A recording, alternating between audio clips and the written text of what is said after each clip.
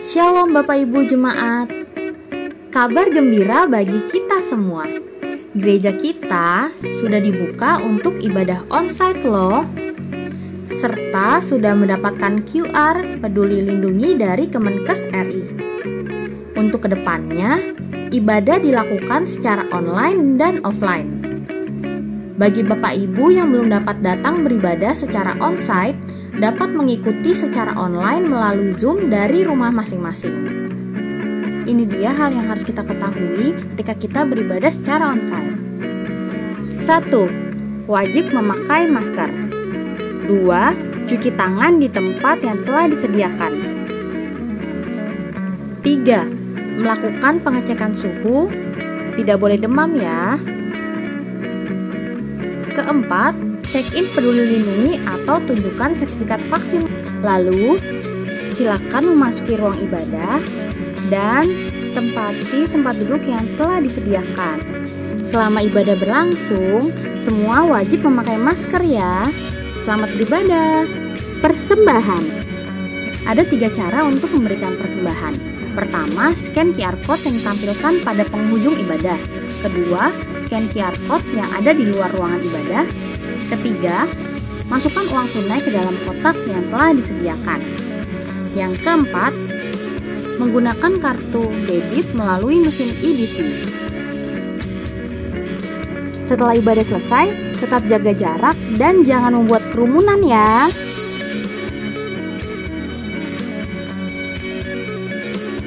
Oh iya, pendaftaran ibadah onsite dibuka setiap hari Kamis melalui WhatsApp ke Saudari Senja atau melalui link pendaftaran yang telah disediakan. Sampai jumpa hari Minggu. Tuhan Yesus memberkati.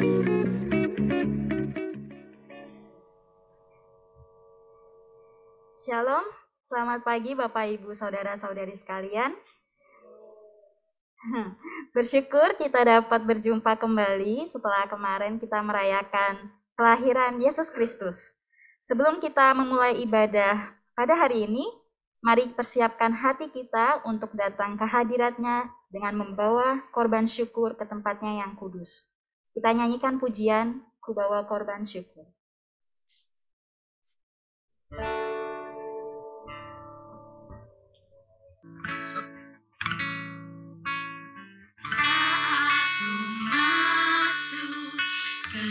Hadiratmu, ku tersungkur dan sembahmu, ku persembahkan korban syukurku yang terbaik bagimu. Ku bawa korban syukur, ku bawa korban syukur ke tempat kudus-Mu Tuhan. Hatiku limpah dengan syukur sebab Tuhan baik selamanya.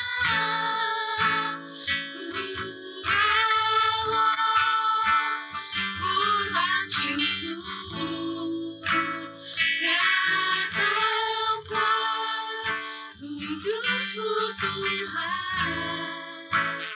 Hatiku limpah dengan syukur sebab Tuhan baik.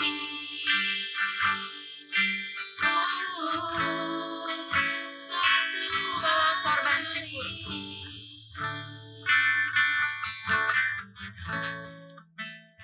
Ku bawa korban syukur ke tempat kudus-Mu Tuhan.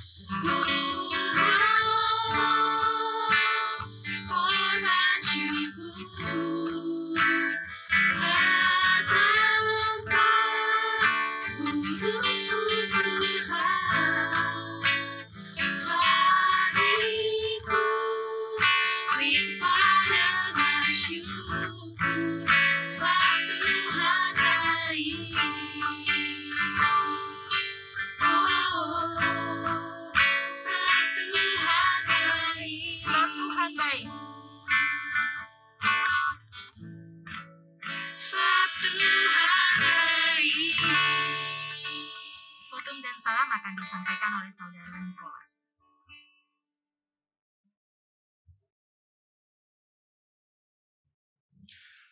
Selamat pagi Bapak Ibu Saudara.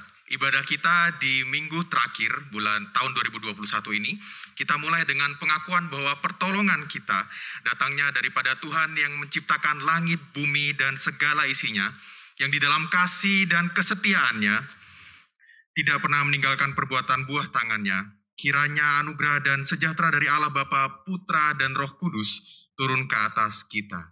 Amin. Saya ajak Bapak Ibu Saudara untuk bangkit berdiri, kita nyanyikan Mulia Bagi Bapa. Mulia bagi Bapa, bagi Anak serta Roh Kudus,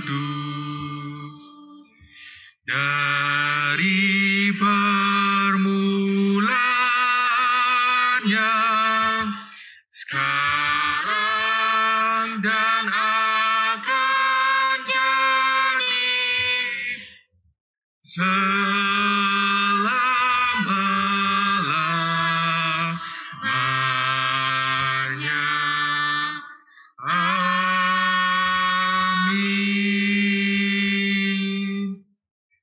Bapak Ibu Saudara, nats pengantar pada pagi hari ini diambil dari Matius pasalnya yang ke-6 ayat yang ke-33. Demikianlah firman Tuhan. Tetapi carilah dahulu kerajaan Allah dan kebenarannya, dan semuanya itu akan ditambahkan kepadamu. Amin, amin, amin.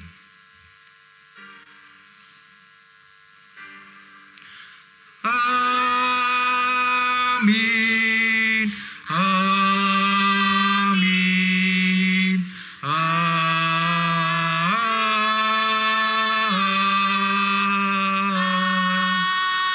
amin. Bapak Ibu Saudara, silakan duduk kembali.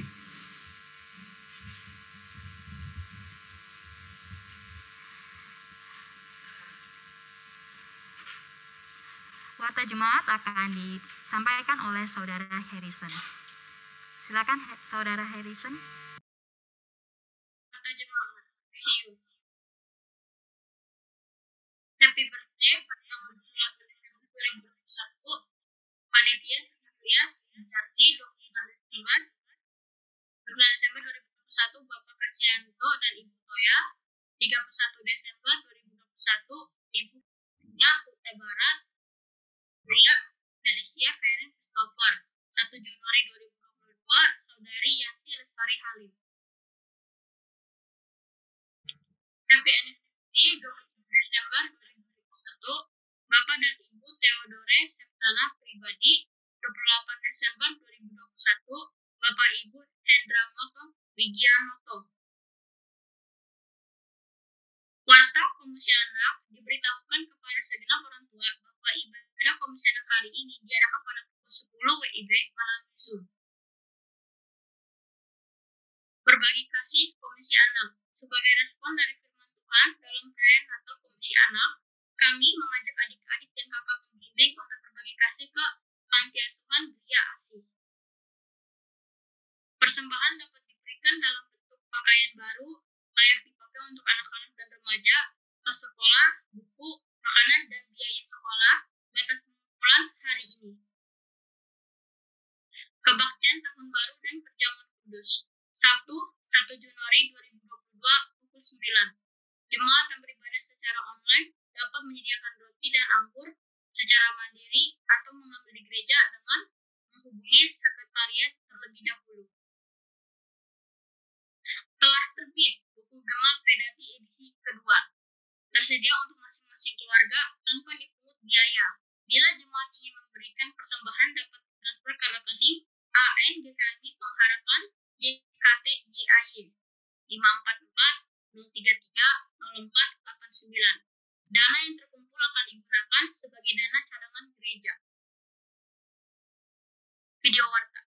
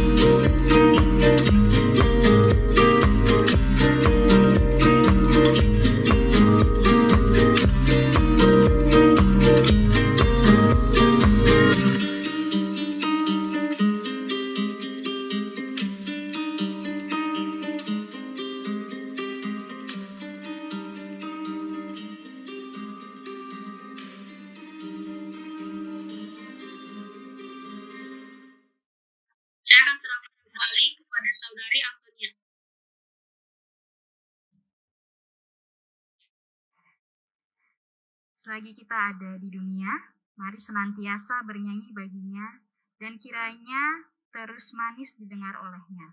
Demikian juga untuk setiap ucapan syukur dan harap kita, biarlah menjadi hal yang manis untuk Tuhan dengar. Mari kita nyanyikan Manis Kau Dengar.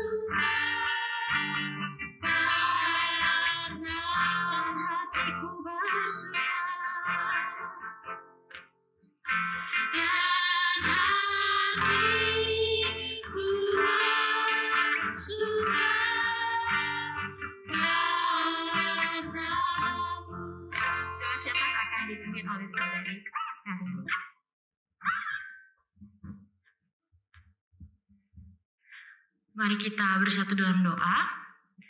Tuhan Allah Bapa kami yang bertata di dalam kerajaan surga, terima kasih ya Tuhan atas segala kasih setiamu kepada kami, sehingga kami bisa berkumpul bersama-sama pada hari ini untuk memuji memuliakan nama-Mu serta mendengarkan firman-Mu, baik itu yang bergereja di gereja secara onsite ataupun secara online.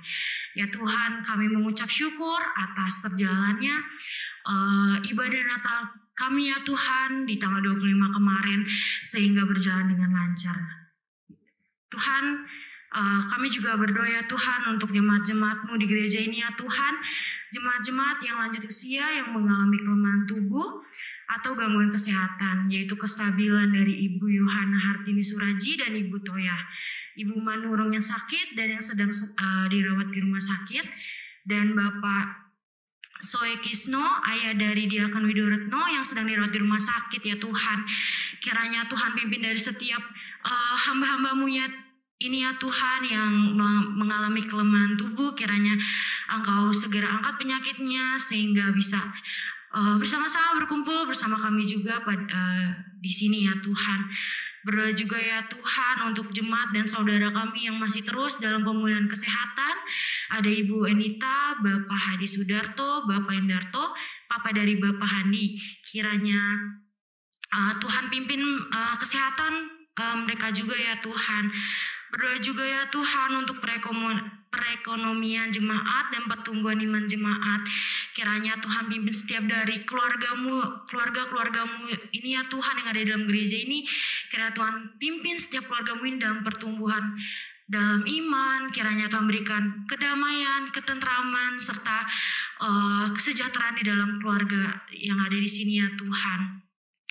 Berdoa juga ya Tuhan untuk setiap program, kegiatan, atau pelayanan gereja atau sinode, yaitu perbaikan gedung gereja dan peremajaan peralatan gereja di GKMI Pengharapan ya Tuhan. Karena Tuhan hanya nama-Mu ya Tuhan, kami di sini permuliakan untuk memperbesar rumah-Mu ini ya Tuhan. Berdoa juga ya Tuhan untuk setiap rangkaian acara atau program-program Natal dan Tahun Baru 2021-2022 yang telah panitia susun ya Tuhan. Kiranya panitia yang melayani dan komisi-komisi yang terlibat dalam pelayanan serta acara perayaan Natal dan Tahun Baru bisa berjalan dengan lancar. Kiranya kami melayani dan menampilkan dengan penuh dengan hati yang tulus ya Tuhan. Berdoa juga ya Tuhan untuk GKMI Cabang Sidorejo, Lampung yang akan didewasakan pada tanggal 29 Maret dan persiapan pendewasaan GKMI Pengharapan Cabang Kalimalang. Kiranya Tuhan sajalah yang turut ikut campur tangan dalam acara yang akan diselenggarakan ya Tuhan. Yang terakhir kami juga ingin berdoa ya Tuhan untuk bangsa dan negara Indonesia kami ya Tuhan. Kiranya para pemimpin bangsa, pejabat pemerintah dan aparat keamanan bisa menjalankan fungsi dan tugasnya dengan baik ya Tuhan. Berdoa untuk kondisi keamanan serta kerukunan hidup seluruh rakyat Indonesia. Kiranya rakyat Indonesia bersama-sama menjaga NKRI ini dan menghargai semua keberagaman yang ada di Indonesia sehingga terjalin perdamaian dalam masyarakat ya Tuhan. Berdoa juga untuk bangsa Indonesia dan negara lain yang terdampak virus corona ini ya Tuhan. Kiranya Engkau sajalah ya Tuhan yang ikut turut campur tangan sehingga virus ini bisa segera hilang ya Tuhan dari berbagai dunia yang telah merasakan kerugian yang sangat-sangat meresahkan ya Tuhan. Berdoa juga ya Tuhan untuk pembangunan dan perbaikan infrastruktur untuk perkembangan dan kemajuan perekonomian bangsa Indonesia. Kiranya Tuhan pimpin juga setiap para pemerintahan yang berjabat sekarang ya Tuhan. Berdoa juga ya Tuhan untuk di musim pancaroba ini ya Tuhan, serta terjadi di mana-mana bencana alam ya Tuhan, ada banjir, gempa bumi serta tanah longsor. Kiranya Tuhan memberikan penghiburan kepada setiap korban yang ditinggalkan ya Tuhan. Kiranya Tuhan yang terus mencukupkan setiap dari kebutuhan para korban yang mengalami bencana alam ya Tuhan.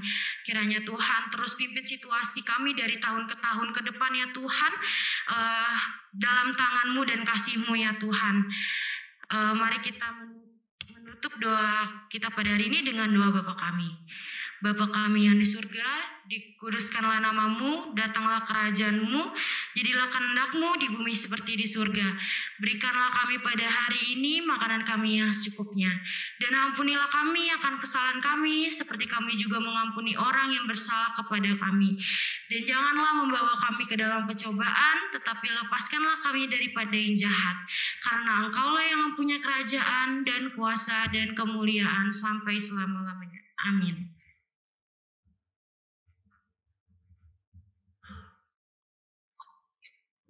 Sebelum kita mendengarkan sabda Tuhan dan doa persiapan firman Tuhan, kita akan menyanyikan pujian dengan sayapmu.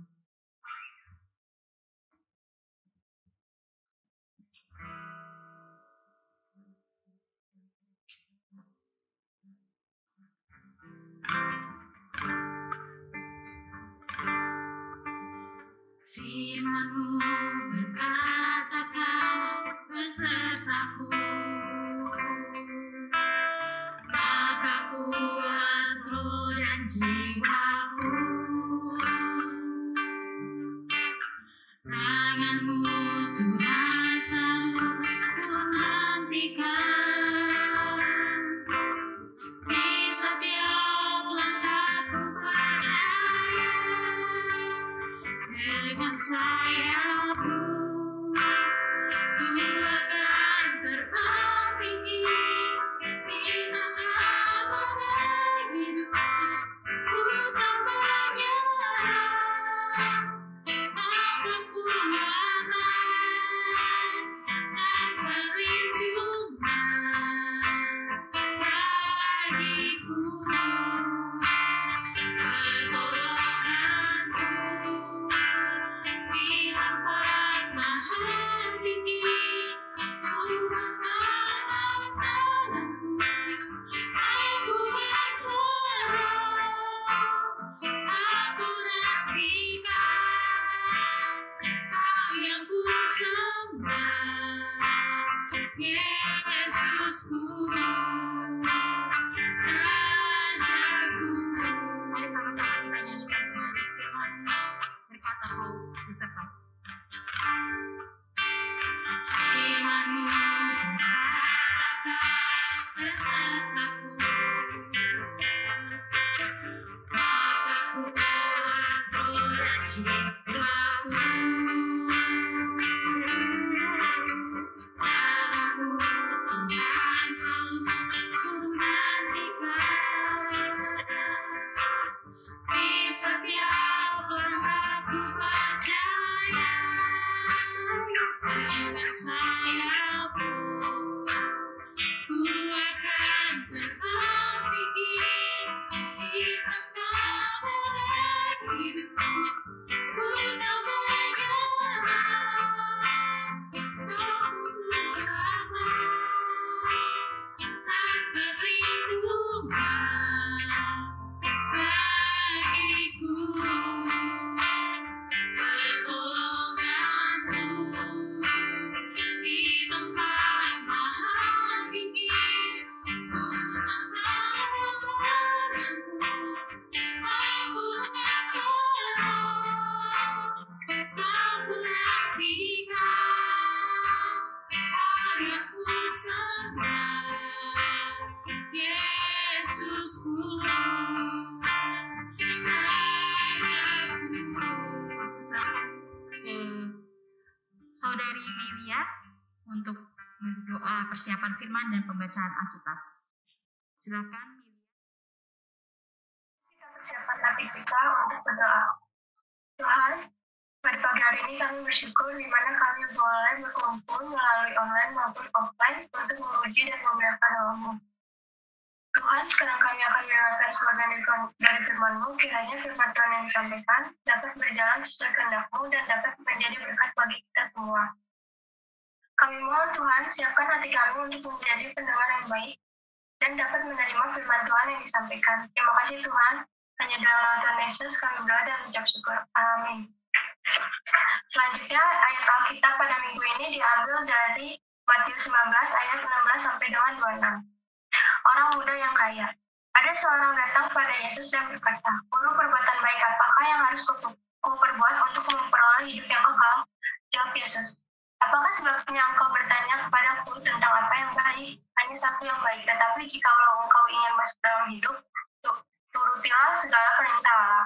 Kata orang itu kepadanya, "Perintah yang mana?" Kata Yesus, "Jangan membunuh, jangan berzina, jangan mencuri, jangan mengucapkan saksi dusta, hormatilah ayah dan ibumu, dan kasihilah sesama manusia seperti dirimu sendiri." Kata orang muda itu kepadanya, "Semuanya telah kuturuti, apalagi yang masih kurang?" Kata Yesus kepadanya, "Jikalau engkau hendak sempurna, pergilah, jualah segala milikmu, dan berikanlah itu kepada orang-orang miskin. Maka engkau akan beroleh harta di surga. Kemudian datanglah kemari dan ikutilah aku." Ketika orang muda itu mendengar perkataan itu, pergilah ia dengan sedih, sebab banyaknya harta. Yesus berkata kepada murid-muridnya, "Aku berkata kepadamu, sesungguhnya sukar sekali bagi orang kaya untuk masuk ke dalam surga. Sekali lagi aku berkata kepadamu, lebih mudah seekor unta masuk melalui lubang jarum daripada seorang kaya masuk ke dalam kerajaan Allah." Ketika murid-murid mendengar itu, sangat gemparlah mereka dan berkata, "Jika demikian, siapakah yang dapat diselamatkan?" Yesus memandang mereka dan berkata, "Bagi manusia hal itu tidak mungkin, tetapi bagi Allah segala sesuatu mungkin." Sekian pembacaan Alkitab pada minggu ini. Selanjutnya saya serahkan kembali kepada Saudara Nicholas Evan Setiawan. Terima kasih Saudari Melia yang sudah berdoa dan membacakan firman Tuhan bagi kita semua. Shalom, selamat pagi Bapak Ibu Saudara. Shalom. Ya, kita bersyukur karena kita sudah tiba di penghujung tahun ya Bapak Ibu Saudara. Dan tidak terasa rangkaian acara Natal kita sudah hampir selesai. Kemarin minggu pertama bulan Desember dimulai dengan anak-anak sekolah minggu yang pelayanan, dan di minggu terakhir ini ditutup dengan anak-anak youth yang pelayanan. Jujur Bapak Ibu cukup grogi hari ini karena biasanya teman-teman itu dalam beberapa waktu kemarin kan pelayanannya di balik layar begitu ya, kita di media sound system, dan setelah sekian lama nggak pelayanan di mimbar di depan panggung ternyata lumayan grogi. Saya sendiri grogi Bapak Ibu, tadi sampai lupa nggak ngajak berdiri waktu khotbah dan salam. Bersyukur tadi Pak Edi mengingatkan, jadi ya meskipun terlambat bisa ini berdiri akhirnya. Jadi saya mau minta maaf karena tadi saking groginya sampai lupa Bapak Ibu. Ya, tapi kita bersyukur karena hari ini secara khusus Komisi Youth juga diberikan kesempatan untuk melayani Tuhan. Dan bukan hanya untuk melayani Tuhan, tapi hari ini dalam tema firman Tuhan yang kita sama-sama akan renungkan, kita juga akan sama-sama belajar dari kisah seorang pemuda yang pertemuannya dengan Tuhan Yesus. Nah, kita akan sama-sama membuka dari firman Tuhan yang tadi sudah dibacakan oleh Saudari Melia, dari Matius pasalnya yang ke-19. Nah, saya pakai dua referensi Bapak Ibu, yang pertama dari Matius, tapi yang kedua dari Lukas pasal 18. Nah, ini bagian yang sama, tapi saya akan pakai dua referensi ini. Nah, nanti mohon Bapak Ibu jangan tutup Alkitabnya atau handphonenya, karena kita akan berulang-ulang kali melihat dari bagian firman Tuhan ini. Nah, Bapak Ibu saudara, di dalam perjalanan kedewasaan saya atau beranjaknya dewasa begitu ya Bapak Ibu, saya menyadari satu hal ketika saya bertumbuh dewasa, dari kecil terus jadi remaja, terus sekarang jadi pemuda menuju dewasa muda. Ada satu hal yang saya sadari, yaitu bahwa di dunia ini gak ada yang namanya gratis Bapak Ibu saudara. Dan seringkali kita harus melakukan sesuatu untuk bisa mendapatkan sesuatu. Kita harus melakukan sesuatu untuk mendapatkan sesuatu. Nah, secara khusus buat teman-teman youth yang sudah bekerja pasti semakin sadar tentang satu hal ini ya. Karena kalau waktu kita kecil atau mungkin sampai SMP, SMA, istilahnya masih di bawah tanggung jawab orang tua, itu kayaknya enak begitu Bapak Ibu. Gak harus ngapa-ngapain, mau minta ini kalau orang tua ada dan sanggup untuk membelikan, langsung dibelikan, kita langsung dapat. Nah, tapi yang saya sadari setelah saya semakin beranjak dewasa dan saya harus bisa bilang bekerja begitu atau sekarang melayani Tuhan, itu ternyata hidup gak semudah itu ya Bapak Ibu. Karena kita harus melakukan sesuatu untuk mendapatkan sesuatu. Dan ini juga yang seringkali kita terapkan di dalam kerohanian kita. Nah, tanpa sadar kadang-kadang pola pikir seperti ini juga kita bawa di dalam kerohanian kita. Contohnya apa Bapak Ibu Saudara? Terkadang kita berpikir bahwa untuk kita mendapatkan keselamatan, kita harus berbuat sesuatu pada Tuhan. Atau gampangnya, Ada beberapa orang yang berpikir bahwa keselamatan itu kita dapatkan karena perbuatan yang kita lakukan. Atau kalau istilah teologisnya tuh salvation by works. Jadi kita tuh selamat karena kita melakukan sesuatu, bukan karena Tuhannya. Nah, Bapak Saudara, apakah ini benar? Nah, nanti Bapak Ibu akan melihatnya sendiri apakah pemikiran ini adalah pemikiran yang benar. Nah, pemikiran seperti ini juga yang kemungkinan besar juga dipikirkan oleh pemuda kaya yang tadi kita baca kisahnya dalam Matius pasal 19 dan Lukas pasal 18. Nah, orang muda yang kaya ini kemungkinan besar juga punya pemikiran yang sama seperti satu pernyataan yang tadi saya katakan, bahwa keselamatan didapatkan karena perbuatan. Kenapa saya bisa berkata seperti itu? Karena kalau kita baca Bapak Ibu Saudara dalam Matius pasal yang ke-18, Matius pasal 19 tadi, dikatakan bahwa ketika dia datang kepada Tuhan Yesus, dia mengatakan, "Guru, bagaimana caranya saya memperoleh hidup yang kekal?" Dan setelah itu dia menjabarkan, "Saya sudah melakukan ini, itu, dan banyak hal." Dia mengatakan bahwa dia sudah melakukan Taurat.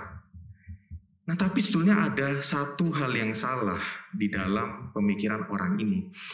Bisa dikatakan orang pemuda yang kaya ini, dia gak sempurna, tapi seorang yang hampir sempurna, Bapak Ibu Saudara. Dia adalah seorang yang hampir sempurna. Bisa ditampilkan slide-nya? Jadi bisa dikatakan dia adalah seorang yang hampir sempurna. Kenapa? Karena kalau kita baca di dalam kitab Matius nggak dikatakan tadi Bapak Ibu bahwa dia ini seorang pemimpin. Tapi di dalam kitab Lukas pasal yang ke-18 dikatakan bahwa ada seorang pemimpin bertanya kepada Yesus. Jadi di usianya yang masih muda ini, dia bukan cuma memiliki kekayaan, tapi dia juga seorang pemimpin. Dia punya jabatan yang baik. Jadi bisa dibilang ini seorang yang hampir sempurna. Dan saya yakin kalau itu ada di konteks zaman sekarang, kalau pemuda kayak ini bergereja di GKMI Pengharapan, pasti cewek-cewek di GKMI Pengharapan tuh pada, "Wah, siapa itu?" Misalnya, kalau saya sih nggak ganteng ya, misalnya ada yang ganteng, Koyo gitu. Misalnya Koyo, bayangkan pemuda ini kayak Koyo begitu Bapak Ibu. Datang, wah ganteng, perawakannya rupawan, jabatannya di pekerjaan bagus, kerohaniannya baik, dia punya kekayaan yang melimpah. Masuk mungkin ya, saya berimajinasi begitu. Ibu-ibu, tante-tante yang di GKMI Pengharapan langsung, "Kok naik sopo tau? Oh ganteng ya. Suge mana? Sopo saya iku? Kenal be Bapak Ibu ya orang." Nah, mungkin begitu ya Bapak Ibu ya. Saya membayangkan seperti itu karena saking luar biasanya begitu. Orang tuh sampai terheran-heran, dan mungkin bukan cuma tante-tante, ibu-ibu, om-omnya pun juga pada tanya, "Itu anaknya siapa sih? Bapaknya kerja apa sih?" Mungkin begitu ya. Nah, saya berimajinasi seperti itu Bapak Ibu Saudara, karena ini adalah seorang pemuda yang bisa dikatakan luar biasa. Dia adalah seorang pemuda yang ya hampir sempurna begitu ya. Bukan hanya secara penampilan mungkin, tapi secara kerohanian, dia juga punya kerohanian yang baik. Karena dikatakan, dia bertanya kepada Tuhan Yesus, "Guru, apa yang harus kau perbuat supaya aku beroleh hidup yang kekal?" Nah, kalau kita perhatikan dalam Matius pasal 19 ayat 16, nah kita perhatikan yang dicetak tebal ya Bapak Saudara. Dia bertanya, "Guru, perbuatan baik apakah yang harus kuperbuat untuk memperoleh hidup yang kekal?" Seperti yang saya katakan tadi, kemungkinan besar pemuda ini berpikiran bahwa untuk mendapatkan keselamatan, supaya dia bisa beroleh hidup yang kekal, dia harus melakukan sesuatu atau dia harus berbuat baik supaya Tuhan menyelamatkannya. Keselamatan karena perbuatan. Tapi apakah ini benar? Nah, bagi kita yang mungkin mengerti, bagi kita yang aware tentang hal ini, kita pasti berpikir, "Ya salah lah itu Niko. Namanya keselamatan kok karena perbuatan?" Enggak, atau keselamatan itu karena anugerah Tuhan kan. Keselamatan itu karena kita percaya sama Tuhan Yesus. Dan itu adalah jawaban yang benar Bapak Ibu Saudara. Jadi pemikiran bahwa keselamatan itu karena perbuatan itu adalah sebuah pemikiran yang salah.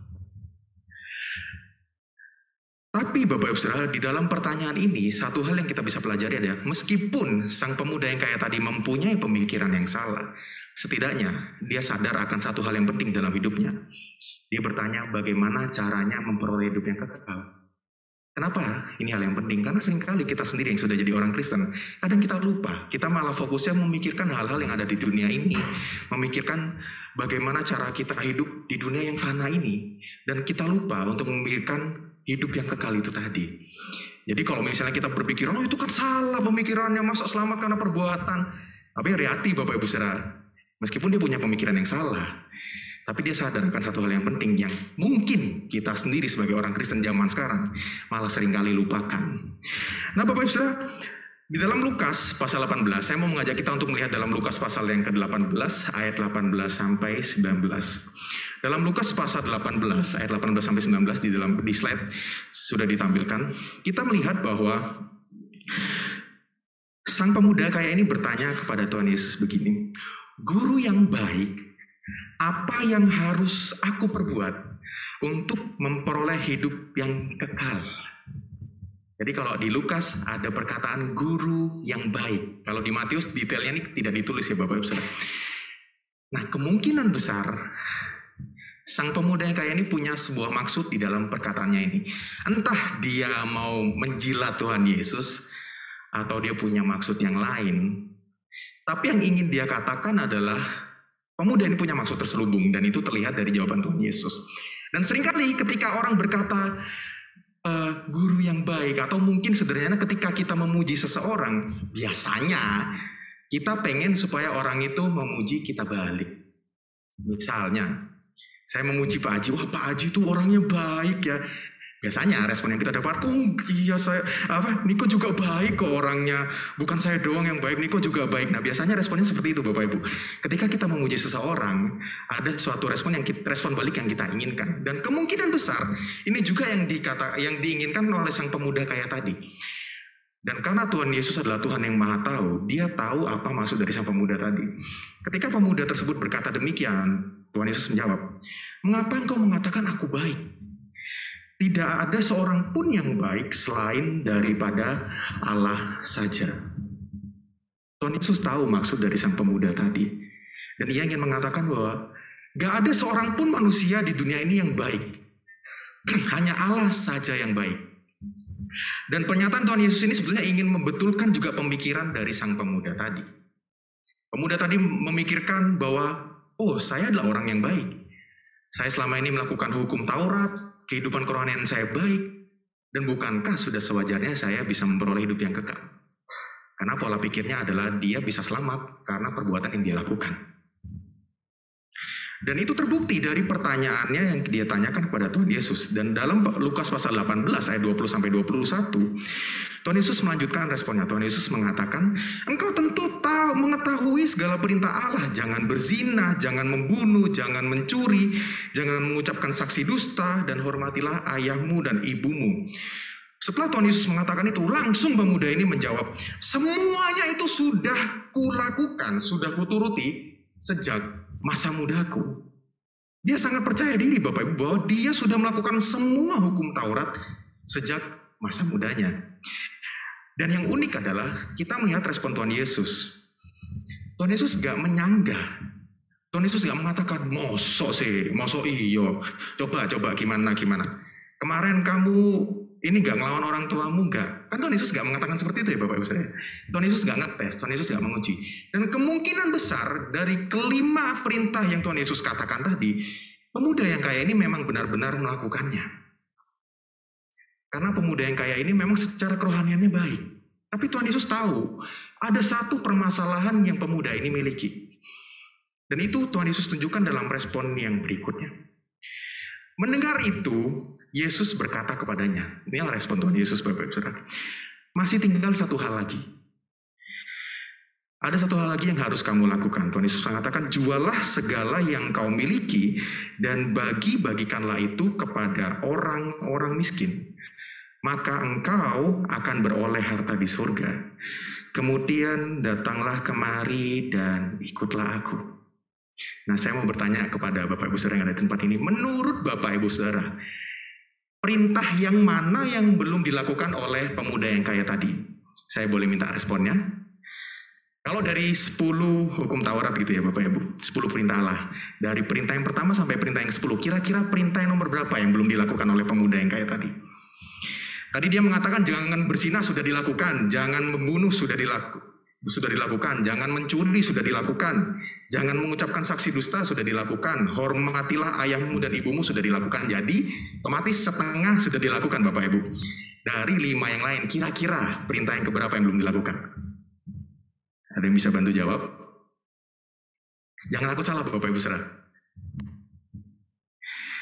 Nggak usah ngomong, ngacung jari aja kalau enggak. Misalnya 1, 2, 2. Saya pengen lihat Bapak Ibu Saudara. Berapa kira-kira? Ngelang ya. Ada 1 perintah ke 1 ada. Senja 1, Tante Lucy 1. Perintah kedua mungkin? Pada takut salah mungkin. Ya, tapi karena saya sudah dapat jawabannya, cukuplah. Berarti sudah ketahuan ya Bapak Ibu Saudara. Perintah yang keberapa? Perintah yang belum dilakukan oleh pemuda yang kaya ini adalah perintah yang pertama. Apa itu? Dalam Keluaran pasal yang ke-20 ayat yang ketiga. Jangan ada padamu Allah lain di hadapanku. Dan tadi memang kita lihat Tuhan Yesus tidak menyebutkan perintah yang pertama ini. Tapi Tuhan Yesus tahu, meskipun dia mungkin melakukan ke-9 perintah yang lain, tapi satu perintah yang pertama ini, dan mungkin bisa dibilang perintah yang terutama, dia lupa lakukan. Kenapa? Karena ketika Tuhan Yesus mengatakan, jualah segala yang kau miliki dan bagikanlah kepada orang miskin, setelah itu, barulah datanglah kemari dan ikutlah aku. Respon pemuda yang kaya ini apa Bapak Ibu? Responnya, mendengar itu, Yesus berkata kepadanya, ketika orang itu mendengar perkataan itu, ia menjadi amat sedih. Sebab ia sangat kaya. Nah, dalam kata yang dicetak tebal, kita bisa melihat responnya bagaimana. Ketika ia mendengar apa yang Tuhan Yesus katakan, hatinya menjadi sangat sedih. Karena ia sangat kaya. Jadi dia sedih bukan karena dia ingin melakukan apa yang Tuhan Yesus katakan. Tapi dia sedih karena dia ternyata memang tidak bisa melakukan perintah yang pertama tadi. Karena firman Tuhan dalam Matius pasal 6 ayat yang ke-21 mengatakan kepada kita semua. Karena di mana hartamu berada, di situ juga hatimu berada. Nah, Matius pasal 6 ayat 21 ini sebenarnya menceritakan kepada kita, Tuhan Yesus mengatakan, harta kita itu ada 2. Ada harta di dunia ini yang fana, dan ada juga harta di dunia kita yang kekal. Nanti ketika kita berada di surga bersama dengan Tuhan. Pertanyaannya, harta yang mana yang jauh lebih kita pikirkan? Apakah kita sibuk mengumpulkan harta di dunia yang fana ini? Atau kita fokus kepada harta yang kekal ketika nanti Tuhan menyebut kita datang kedua kalinya dan kita bersama-samanya ke surga. Dan Tuhan Yesus mengatakan, di mana hartamu berada, di situ juga hatimu berada. Dan dalam bagian yang kita renungkan hari ini, Tuhan Yesus tahu, sang pemuda yang kaya tadi memikirkan harta yang ada di dunia ini. Dan disitulah hatinya berada. Makanya ketika Tuhan Yesus mengatakan, jualah semua hartamu dan bagikanlah kepada orang miskin, dia mengatakan bahwa dia nggak bisa melakukannya. Dan bahkan dia nggak ngomong apa-apa Bapak Ibu mungkin ya. Saya memikirkan, saya berimajinasi ketika sang pemuda ini mendengarkan, dia cuma bisa tertegun, terdiam, dan dia langsung kembali ke rumahnya. Karena dia tahu kesalahannya. Hatinya terpaut kepada berhala dan bukan kepada Tuhan. Dan berhala yang saat itu sedang menyita hatinya adalah berhala Mamon, Bapak Ibu Saudara. Cintanya akan uang melebihi cintanya akan Tuhan. Dan Tuhan Yesus tahu ini. Meskipun dia sudah melakukan perintah yang lain, tapi Tuhan Yesus tahu, hatinya gak terpaut kepada Tuhan. Hatinya lebih terpaut kepada uang, kepada harta yang ia miliki. Dan Bapak Ibu Saudara, yang namanya berhala, itu setiap orang berbeda-beda. Kalau dalam kasus ini, Tuhan Yesus tahu bahwa berhala yang dimiliki oleh pemuda yang kaya ini adalah berhala Mamon, yaitu kecintaannya akan uang, akan hartanya di dunia ini. Tapi kalau dalam contoh yang lain, misalnya contohnya dalam Abraham, dalam kisah Abraham, kalau Tuhan minta Abraham menyerahkan semua hartanya, Abraham kasih Bapak Ibu Saudara. Karena ketika Abraham meninggalkan tempat asalnya dan menuju ke tanah yang Tuhan janjikan, Abraham meninggalkan semua hartanya itu, semua tanah yang ia miliki, semua ternak yang ia miliki, dan ia dengan iman mengatakan, aku mau mengikuti pimpinan Tuhan. Nah, tapi Tuhan tahu berhalanya Abraham bukan pada hartanya, bukan pada uangnya, tetapi kepada anaknya, yaitu Ishak. Berhala Abraham adalah kepada keluarganya. Ya wajar ya Bapak Ibu. Ya masa Tuhan baru kasih gitu ya. Setelah lama menunggu punya keturunan, punya anak. Terus ujuk-ujuk langsung Tuhan minta, oke Abraham, aku minta persembahkan Ishak kepadaku jadi korban. Nah Abraham mungkin ngomongnya, Tuhan hartaku ambilin semua gak apa-apa. Mau yang lain ambilin semua gak apa-apa. Tapi masa anakku iki loh baru Tuhan kasih. Langsung Tuhan minta lagi. Piye toh Tuhan? Mungkin Abraham berpikir seperti itu Bapak Ibu Saudara. Tapi Tuhan tahu. Karena itulah Ishak jadi sebuah berhala buat Abraham. Dan ketika Tuhan menguji Abraham, Abraham dapat melalui ujian Tuhan itu. Tapi pemuda yang kaya tadi, ketika Tuhan menegur dan mengingatkannya, dia lebih memilih cintanya akan uang, cintanya akan berhalanya daripada cintanya kepada Tuhan. Nah pertanyaannya bagi kita semua, kira-kira berhala apa yang Tuhan sedang ingatkan kepada kita hari ini? Sekali lagi, berhala setiap kita tuh berbeda-beda. Ada yang berhalanya kepada uang, harta. Ada yang juga berhalanya kepada keluarga, seperti Abraham tadi. Ada juga yang mungkin berhalanya kenyamanan, seperti yang berhala yang saya miliki Bapak Ibu. Gak mau keluar dari zona nyaman, maunya enak-enak aja. Dan berhala itu banyak wujudnya. Dan yang tahu berhala kita apa, ya cuma kita dan Tuhan sendiri. Nah pertanyaannya, berhala apa yang saat ini sedang Tuhan ingatkan kepada kita? Apa yang seringkali menyita fokus kita, apa yang seringkali menyita pikiran kita. Dan kalau misalnya Tuhan tanya, boleh gak aku ambil? Kalau kita mengatakan jangan Tuhan, kemungkinan besar itu jadi sebuah berhala buat kita. Nah Bapak Ibu Saudara, setelah Tuhan Yesus menyatakan respon ini kepada pemuda yang kaya tadi, di ayat yang ke-22 tadi, respon Tuhan Yesus mengatakan bahwa jualah segala hal yang kau miliki dan bagi-bagikanlah itu kepada orang-orang miskin. Nah kita perhatikan beberapa kata yang dicetak tebal. Nah Tuhan Yesus mengatakan, jual semua yang kau miliki. Setelah kamu jual, baru kamu balik ke aku dan baru kamu mengikut aku.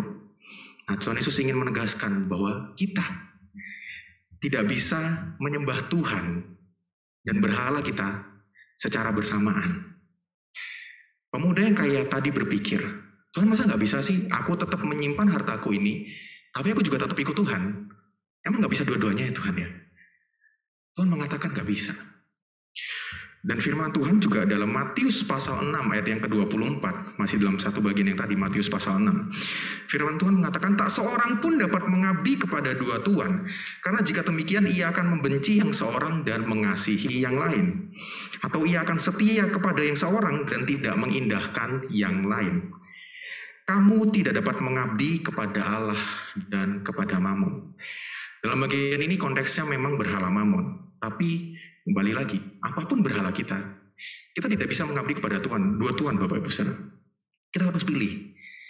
Kita mau ikut Tuhan yang sejati, atau kita mau ikut Tuhan yang palsu, berhala yang kita miliki. Dan ketika hal ini ditanyakan kepada sang pemuda kaya tadi, jawabannya dia memilih berhalanya. Karena dia merasa, oh Tuhan aku gak bisa meninggalkan berhalaku. Mungkin dia berpikir, Tuhan sepertinya lebih enak menyimpan berhala yang aku punya daripada ikut Tuhan. Itulah sebabnya ketika Tuhan meminta, buang semua yang kau miliki, jualah semua yang kau miliki. Sang pemuda kaya tadi gak bisa melakukan apa yang Tuhan perintahkan itu. Dan setelah itu Tuhan Yesus mengatakan dalam ayat yang ke-24 sampai 25, Lukas 18 ayat 24 sampai 25, Tuhan Yesus mengatakan, alangkah sukarnya orang yang beruang masuk ke dalam kerajaan Allah. Sebab lebih mudah seekor unta masuk melalui lubang jarum daripada seorang kaya masuk ke dalam kerajaan Allah. Tuhan mengatakan, yang namanya orang kaya masuk ke kerajaan surga, itu bukan sekedar susah Bapak Ibu Saudara, tapi mustahil Tuhan Yesus katakan. Mustahil bagi orang kaya untuk bisa masuk kerajaan surga. Nah saya yakin ketika kita mendengar pernyataan ini, kita mikir, nah terus masa kita gak boleh kaya? Terus gimana orang-orang Kristen yang taat Tuhan dan mereka punya kekayaan yang luar biasa, masa mereka gak masuk surga? Nah Bapak Ibu Saudara, bagian ini sebetulnya dituliskan oleh penulis Alkitab, secara khusus oleh Lukas, itu untuk menunjukkan suatu kontras, suatu perbedaan yang besar. Di ayat yang sebelumnya, beberapa ayat sebelumnya, secara khusus ayat 15-17, Lukas pasal 18, ayat 15-17, itu adalah perikop tentang Tuhan Yesus yang memberkati anak-anak. Sedangkan di ayat yang kita baca, di Lukas pasal 18, ayat 18-27, itu menceritakan tentang perikop orang kaya yang sukar masuk kerajaan Allah. Nah, ini ingin menunjukkan dua kontras, Bapak Ibu, sebuah kontras, bahwa ketika di ayat yang sebelumnya, menunjukkan bagaimana anak kecil yang masih polos, yang masih punya hati yang tulus, Yesus mengatakan mereka lah yang berhak masuk ke dalam kerajaan surga. Tapi di sisi yang lain, kontras yang satunya adalah orang yang kaya ini susah masuk kerajaan surga. Bahkan Tuhan Yesus mengatakan mustahil. Tapi kalau kita pikir secara logika, itu masuk akal, Bapak Ibu Saudara. Karena semakin banyak kita mempunyai sesuatu, kita akan merasa kayak, oh aku nggak perlu Tuhan kok. Semakin besar kekayaan kita, semakin banyak yang kita miliki, semakin tinggi jabatan kita, otomatis semakin besar juga power kekuasaan yang kita bisa lakukan. Dan kenapa hal itu membuat orang-orang kaya atau orang-orang yang punya kedudukan tinggi itu untuk susah masuk kerajaan surga? Karena hampir pasti hal itu akan menyita fokus dan hati mereka. Sehingga mereka akan lebih fokus kepada apa yang mereka miliki daripada kepada Tuhan itu sendiri. Tapi Bapak Ibu Saudara, Tuhan Yesus tidak berhenti sampai di sana. Dalam ayat yang berikutnya kita lihat lagi respon Tuhan Yesus. Tuhan Yesus mengatakan, ketika Tuhan Yesus menyatakan respon itu, murid-muridnya bertanya, dan pertanyaan murid-murid itu mungkin sama dengan pertanyaan kita. Jika demikian, siapakah yang dapat diselamatkan? Kalau mustahil buat orang kaya untuk selamat, terus siapa yang dapat selamat, Tuhan? Bahkan pemuda yang kaya tadi yang bisa dikatakan hampir sempurna, bukan hanya secara kerohanian, tapi juga dalam hal-hal yang lain dia bisa dikatakan hampir sempurna. Tuhan Yesus mengatakan itu mustahil untuk dia masuk kerajaan surga. Dan Tuhan Yesus menjawab kepada murid-muridnya, kata Yesus, apa yang tidak mungkin bagi manusia, mungkin bagi Allah.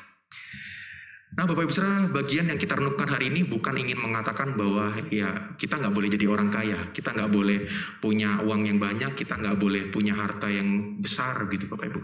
Poinnya bukan di sana. Tapi poinnya ada dalam bagian yang dicetak tebal tadi.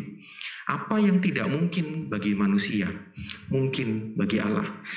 Karena dalam pasal yang berikutnya kita lihat ada satu orang kaya lagi yang ternyata Tuhan terima. Dan itu adalah Zakheus, Bapak Ibu Saudara.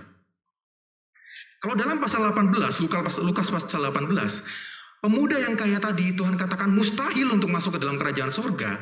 Dalam pasal 19, Zakheus, orang kaya lainnya, Tuhan katakan bisa masuk kerajaan sorga. Dan pembedanya bukan karena apa yang mereka miliki, bukan karena apa yang mereka lakukan, tetapi karena Tuhan Yesus. Ketika pemuda yang kaya tadi, Tuhan minta responnya.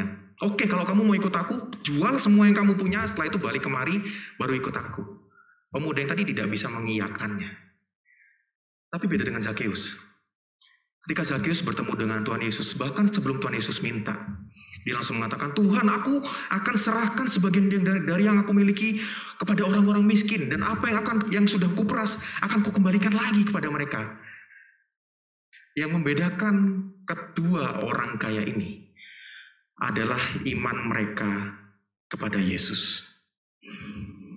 Jadi sekali lagi Bapak Ibu Saudara, perbuatan baik yang kita lakukan, disiplin-disiplin rohani yang kita miliki selama ini, berapa banyaknya pelayanan yang kita lakukan, semuanya itu tidak berarti di hadapan Tuhan.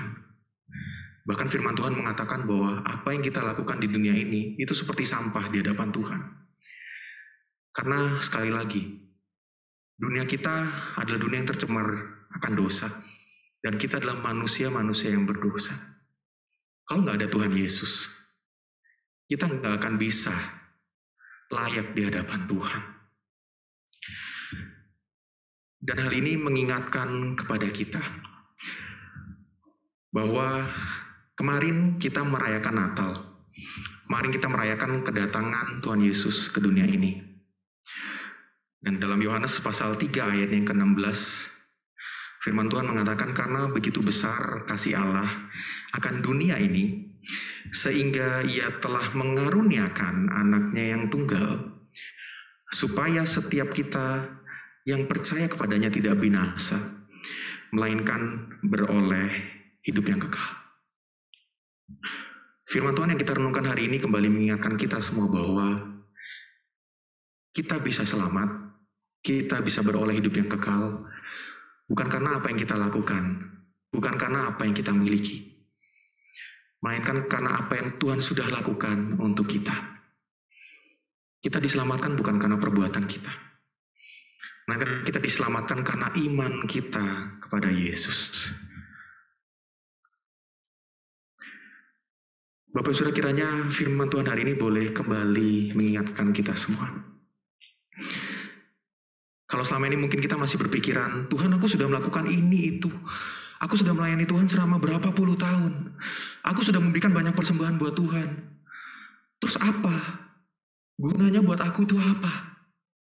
Kalau kita masih bertanya seperti itu, Bapak Ibu Saudara, mungkin kita sudah salah fokus selama ini.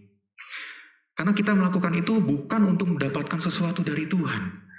Tapi kita melakukan semuanya itu karena kita ingin bersyukur kepada Tuhan. Karena meskipun kita melakukan segala sesuatu dengan baik, meskipun kita mentaati semua perintah Tuhan, sama seperti pemuda yang kaya tadi, kita tidak mungkin bisa sempurna. Akan tetapi, Yohanes pasal 3 ayat 16, satu bagian firman Tuhan yang sudah sangat melekat erat di kepala kita ini, mengatakan bahwa di dalam ketidaksempurnaan kita ini, Tuhan yang sempurna itu, Tuhan yang mulia itu mau turun ke dunia ini menjadi sama dengan kita. Dan di dalam kesempurnaan itu, Ia melayakkan kita semua yang tidak sempurna ini, supaya kita semua boleh beroleh keselamatan dan hidup yang kekal dalam iman kita kepada Yesus. Kiranya Tuhan mengingatkan kita semua.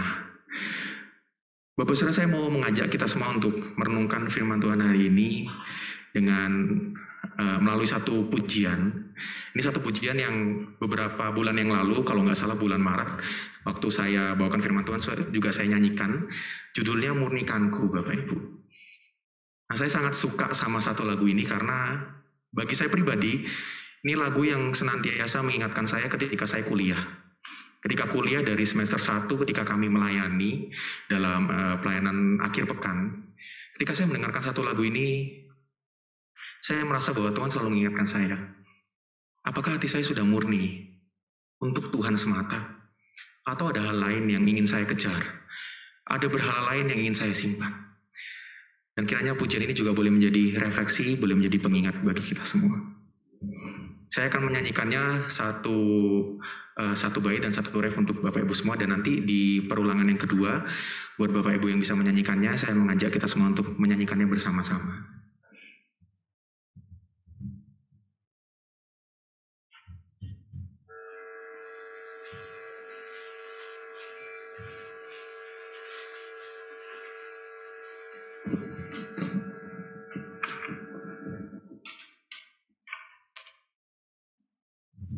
Ini satu pujian yang sebetulnya sangat sederhana, Bapak Ibu. Tapi kiranya ini juga boleh jadi berkat untuk kita semua. Murnikan aku.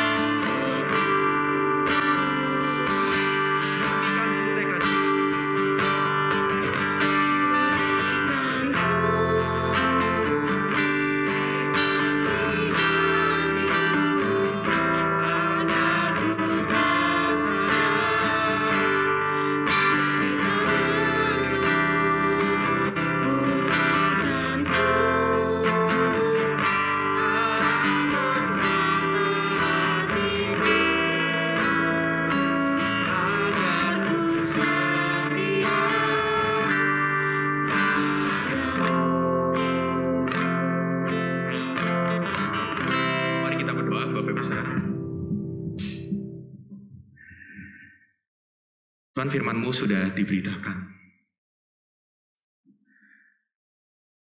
Apa yang kami dengar hari ini kiranya boleh terus kami ingat dan kiranya boleh kami lakukan dalam kehidupan kami. Kami tahu bahwa tidak mudah untuk mengikut Tuhan di tengah dunia yang begitu bobrok dan rusak ini, Tuhan. Tapi kami bersyukur firman Tuhan hari ini kembali mengingatkan setiap kami bahwa seharusnya kami melihat bukan apa yang ada di dunia ini. Mereka melihat kepada kehidupan yang kekal yang Tuhan janjikan kepada setiap kami. Dan kiranya kami sebagai pengikut-pengikut Tuhan boleh menjalani kehidupan kami dengan hati yang penuh dengan ucapan syukur, dengan hati yang mau terus mengikuti pimpinan Tuhan dan menjaga kekudusan hidup kami. Bukan karena kami ingin diselamatkan, melainkan karena kami sudah diselamatkan. Dan kami ingin agar hidup kami menjadi persembahan yang harum, menjadi ucapan syukur yang indah bagi Tuhan. Dan kiranya melalui kehidupan kami, banyak orang di luar sana yang masih belum mengenal Engkau, Tuhan, boleh menyaksikan betapa luar biasanya kehidupan pengikut-pengikut Kristus. Sehingga mereka sendiri boleh mengenal Engkau melalui kehidupan kami, melalui tutur kata yang kami katakan, melalui apa yang kami lakukan, melalui seluruh kehidupan kami. Terima kasih Tuhan. Kami serahkan setiap diri kami dalam tangan-Mu. Kiranya Engkau yang boleh menolong kami yang begitu lemah ini melalui kuat kuasa Roh Kudus-Mu, sehingga hidup kami boleh memuliakan nama Tuhan semata. Hanya di dalam nama Tuhan Yesus kami sudah berdoa. Amin. Selanjutnya saya serahkan kepada Pendeta Edi.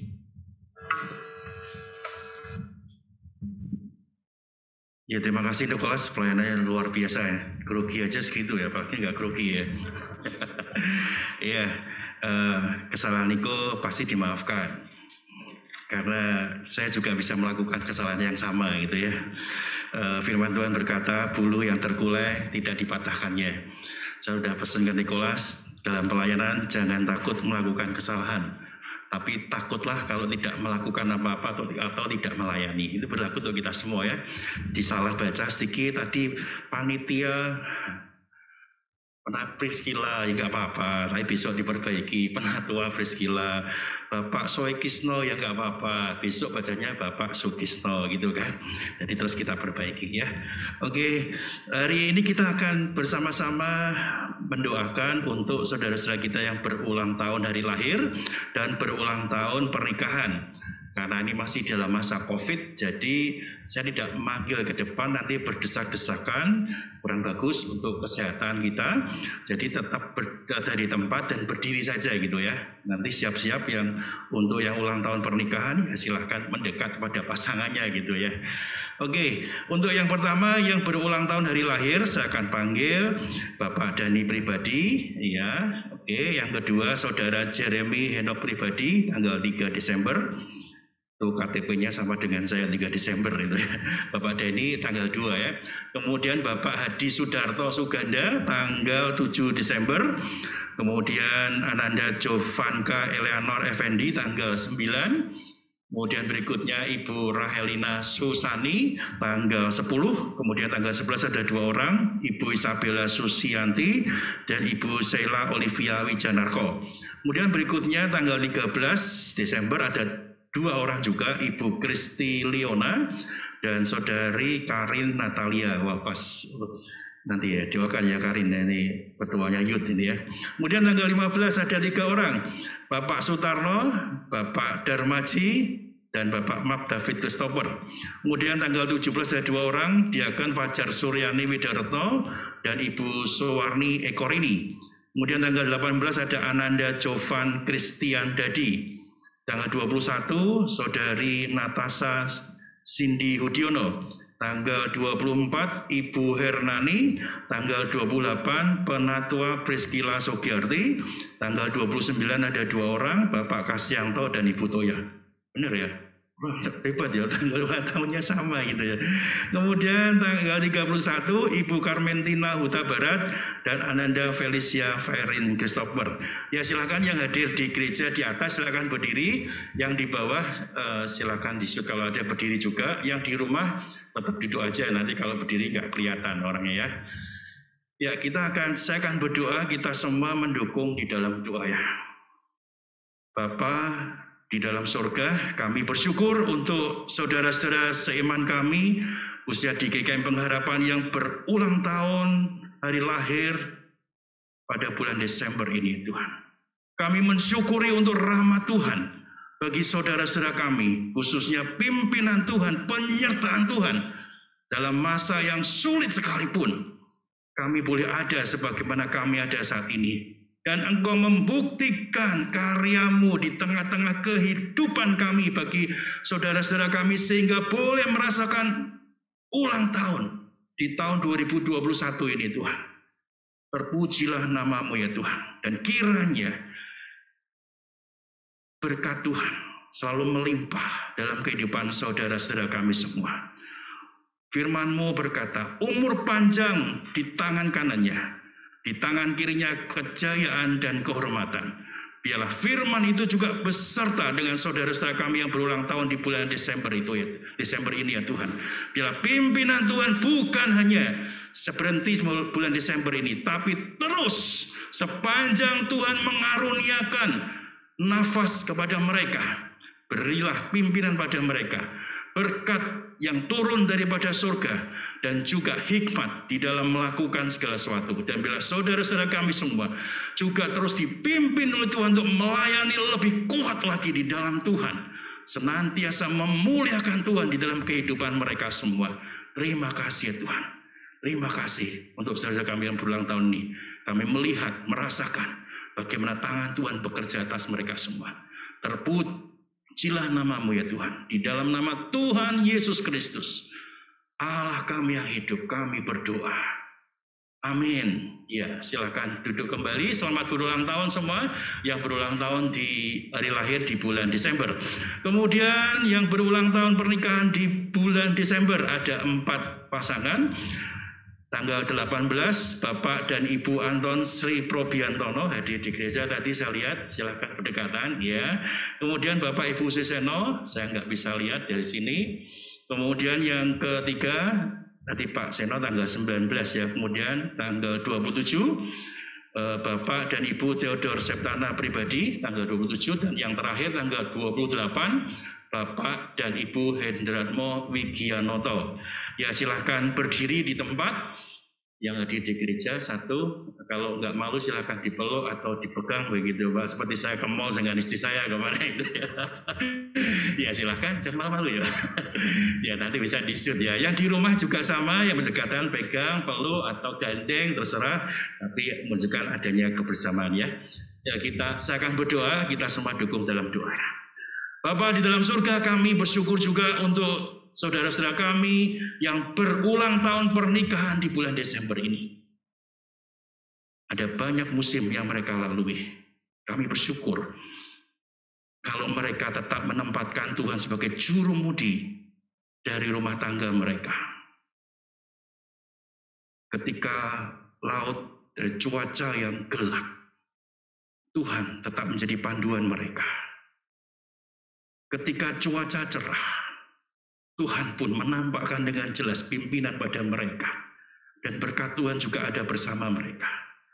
Bahkan ketika cuaca gelap dan gelombang tinggi sekalipun yang menghempas kapal mereka, sepanjang ada Tuhan di dalam rumah tangga mereka,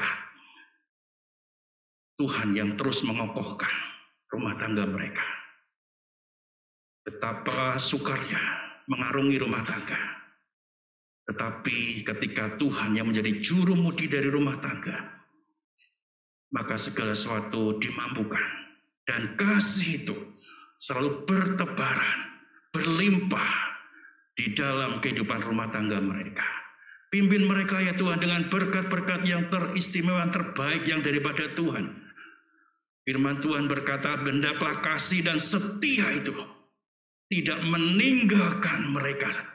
Biarlah kasih setia yang sudah mereka miliki dan mereka jalin sejak mereka pertama berjumpa dan sampai dengan saat ini, kasih dan setia itu tetap bersama dengan mereka. Kasih dan setia yang berasal daripada Tuhan, yang keluar dari hati mereka masing-masing. Tuhan berkati mereka, pimpin mereka ya Tuhan, agar mereka selalu menggelorakan hidup di dalam kasih kasih yang berasal daripada Tuhan. Berkati pekerjaan mereka, berkati rumah tangga mereka, berkati anak-anak yang dipercayakan pada mereka. Biarlah mereka terus membangun rumah tangga yang dasarnya adalah Kristus, yang nahkodanya adalah Kristus. Terima kasih Tuhan. Mereka boleh mengarungi lautan kehidupan di masa depan, tetap bersama dengan Tuhan. Berkati juga dengan kesehatan yang terbaik bagi mereka semua. Terima kasih ya Tuhan. Kami bersyukur ketika kami boleh bersama-sama mendoakan, merayakan saudara-saudara kami yang berulang tahun pernikahan. Karena dunia sudah terbiasa dengan perceraian. Tetapi ketika kami boleh merasakan sukacita mereka, itulah sukacita surgawi. Mereka tetap ada di dalam komitmen mereka dan janji mereka. Satu di dalam Tuhan. Terima kasih Tuhan. Kami menaikkan pujian pada Engkau, doa kepada Engkau. Terpujilah namamu ya Tuhan. Di dalam nama Yesus Kristus kami berdoa dan bersyukur. Amin. Selamat ulang tahun pernikahan untuk 4 saudara kami semua, kita semua tadi ya. Oke, waktu selanjutnya saya serahkan kepada Antonia ya.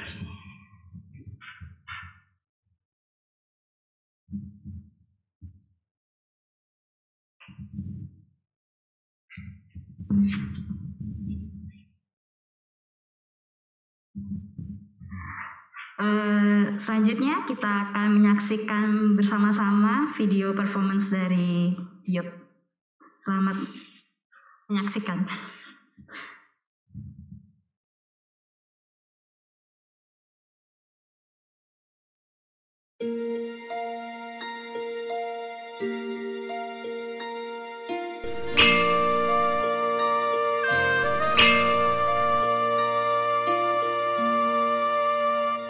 Say the night wind to the little lamb. Do you see what I see? Way up in the sky, little lamb. Do you see what I see? A star, dancing in the night with a tail as big as a kite, with a tail as big as a kite. Say the little lamb to the shepherd boy, do you hear what I hear? Do you hear what I hear? Ringing to the sky, shepherd boy. Do you hear what I hear? Do you hear what I hear? A song, high above the trees, with a voice as big as the sea, with a voice as big as the sea.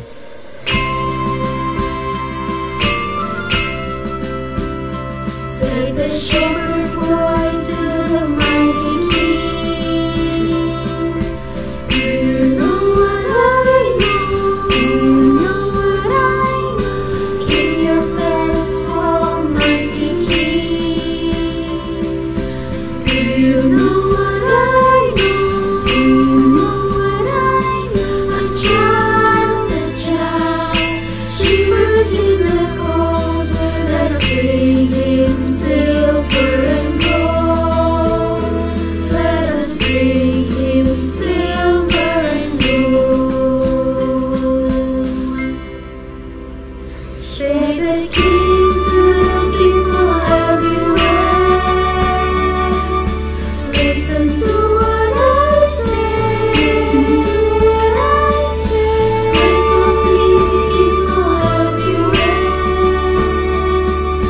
Listen to what I say. Listen to what I say. The child, sleeping in the night, will bring us good news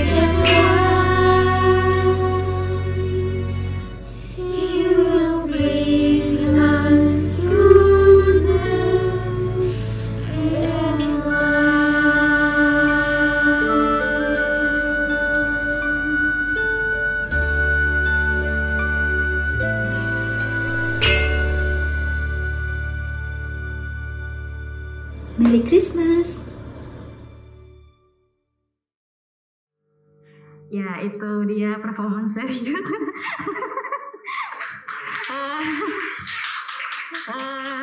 Ya, mengucap syukur sih banyak.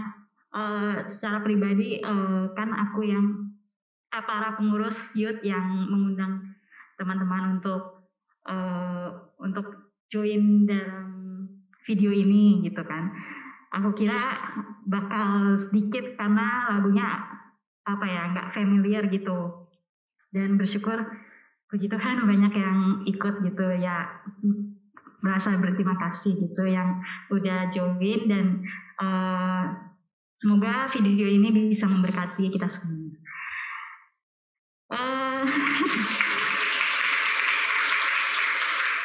Ya, kita sampai di penghujung ibadah pagi hari ini. Kita akan mengangkat pujian Pakailah Waktu Anugerah Tuhan. Pada bait kedua kita akan bangkit berdiri.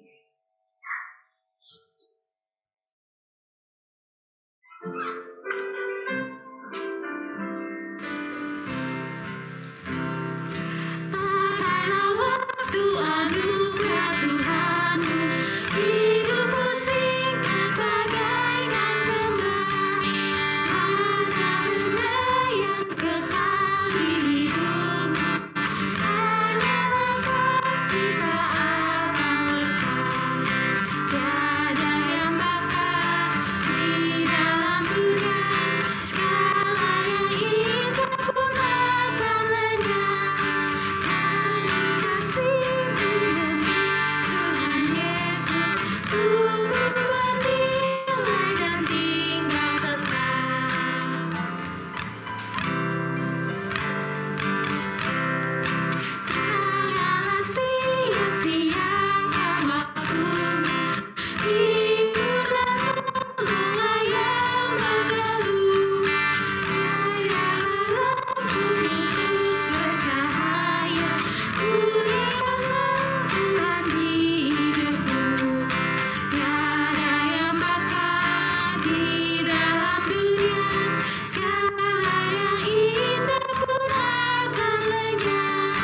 Namun kasih-Mu demi Tuhan Yesus sungguh bernilai dan tinggal tetap.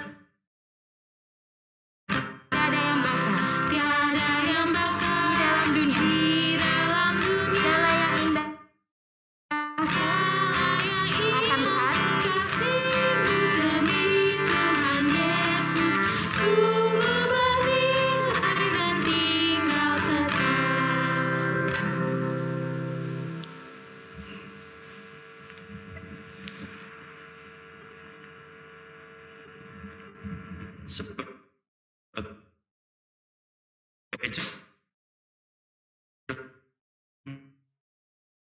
Umat Kristen yang ingin meneladani Kristus, seorang pun dapat sungguh-sungguh mengenal Kristus kecuali ia yang mengikutinya setiap hari dalam kehidupan.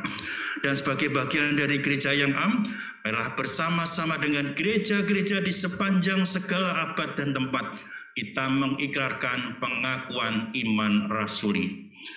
Aku percaya kepada Allah, Bapa yang Maha Kuasa, Khalik langit dan bumi, dan kepada Yesus Kristus anaknya yang tunggal Tuhan kita, yang dikandung daripada Roh Kudus, lahir dari anak darah Maria, yang menderita sengsara di bawah pemerintahan Pontius Pilatus, disalibkan, mati dan dikuburkan, turun ke alam maut. Pada hari yang ketiga, bangkit pula dari antara orang mati, naik ke surga, duduk di sebelah kanan Allah, Bapa yang Maha Kuasa. Dan dari sana ia akan datang kembali untuk menghakimi orang yang hidup dan yang mati. Aku percaya pada Roh Kudus, gereja yang kudus dan persekutuan orang kudus, pengampunan dosa, kebangkitan orang mati, dan hidup yang kekal. Amin. Jemaat yang dikasihi dan mengasihi Tuhan, arahkanlah hatimu pada Tuhan dan terimalah berkat yang datangnya daripada Tuhan. Tuhan memberkati engkau dan melindungi engkau. Tuhan menyinari engkau dengan wajah-Nya dan memberi engkau kasih karunia. Tuhan menghadapkan wajah-Nya kepadamu dan memberi engkau damai sejahtera. Amin. Kepada Allah beri puji, semua makhluk di bumi, padanya ku beri pujian.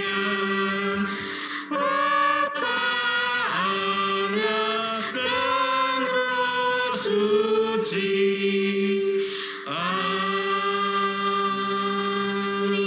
Amin. Silakan duduk dan ambil waktu teduh. Tuhan